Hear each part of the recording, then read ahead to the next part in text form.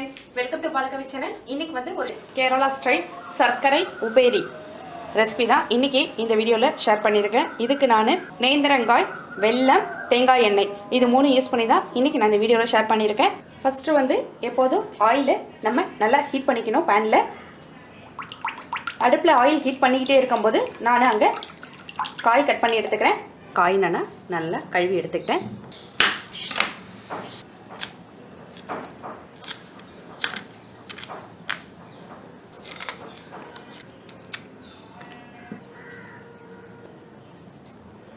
நீங்கள் கட் பண்ணால் அழகாக ரெண்டு பகுதியாக கட் ஆகிடும். ஆயில் ஹீட் ஆகிட்டு இருக்கணும். அப்போ தான் நம்ம உடனே காயை அதில் பொரிச்சு எடுக்க முடியும். காய் நிறம் மாறாமல் கிடைக்கும்.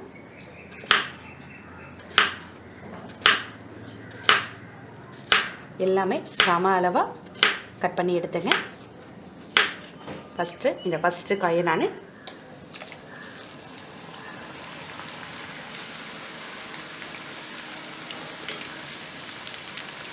போட்டதுக்கப்புறம் ஆயிலை மீடியம் ஹீட்டில் வச்சிடுறேன். மீடியம் ஹீட்டில் வைக்கணும்.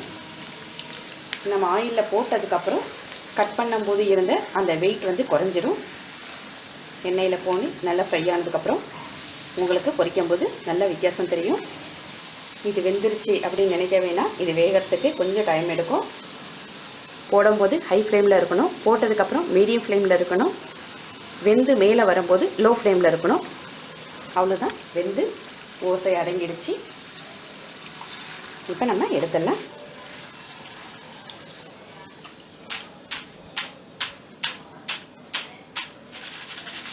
எவ்வளோ ஒரு கரகரப்பாக சத்தம் கேட்குது.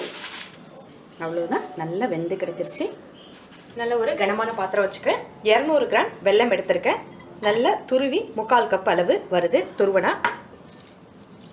ஒரு 1/3 கப் அளவு தண்ணி சேர்த்துக்கிறேன். வெல்லம் நல்லா பாகு ரெடியாகட்டும். பாகுபதம் வந்தோடனே நான் காமிக்கிறேன்.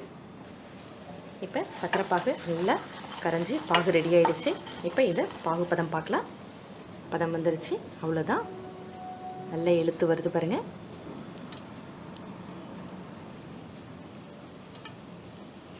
போதும். இப்போ நான் ரெடி பண்ணி வச்சுருக்கிற வாழைக்காயை சேர்த்துக்கிறேன்.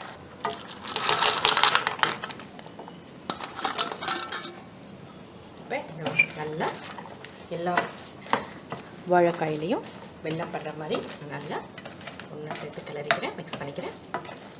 அடுப்பு குறைவான தீயில் வச்சுருக்கேன். போட்டதுக்கப்புறம் குறைவான தீயில் அடுப்பை வச்சிடணும்.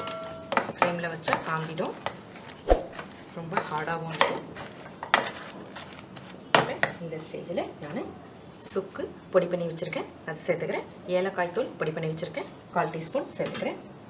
ஜீரகத்தூள் வறுத்து பொடி பண்ண ஜீரகத்தூள் ஒரு 1/2 டீஸ்பூன். இது எல்லாத்தையும் நான் ஒன்றா மிக்ஸ் பண்ணிக்கிறேன். இதெல்லாம் சேர்க்கும்போது நல்ல ஒரு மணம் கிடைக்கும்.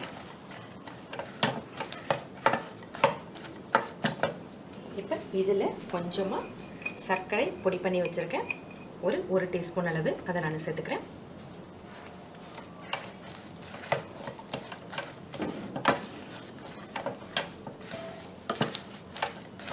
இப்போ இது ஆறுனதுக்கப்புறம் நமக்கு நல்ல ஒரு நிறமும் சிறிதாக உதிர்ந்தும் கிடைக்கும். அவ்வளோதான் ஃப்ரெண்ட்ஸ். நல்லா சூப்பராக வீட்டிலே நல்ல கரகரன்னு கிறிஸ்பியாக நீங்களும் செஞ்சு ட்ரை பண்ணி பாருங்கள். ட்ரை பண்ணி பார்த்துட்டு உங்களோட கமெண்ட்ஸ் ஃபீட்பேக்ஸாக என்கிட்ட ஷேர் பண்ணிங்க. புதுசாக அந்த சேனலை பார்க்குறீங்கன்னா மறக்காமல் balakavi சேனலை சப்ஸ்கிரைப் பண்ணிக்கிட்டு பக்கத்தில் உள்ள பெல் சிம்பிளை ப்ரெஸ் பண்ணிங்க. நான் தினம் போகிற வீடியோஸ் எல்லாமே உங்களுக்கு நோட்டிஃபிகேஷனாக வரும். தேங்க்யூ ஃபார் வாட்சிங்.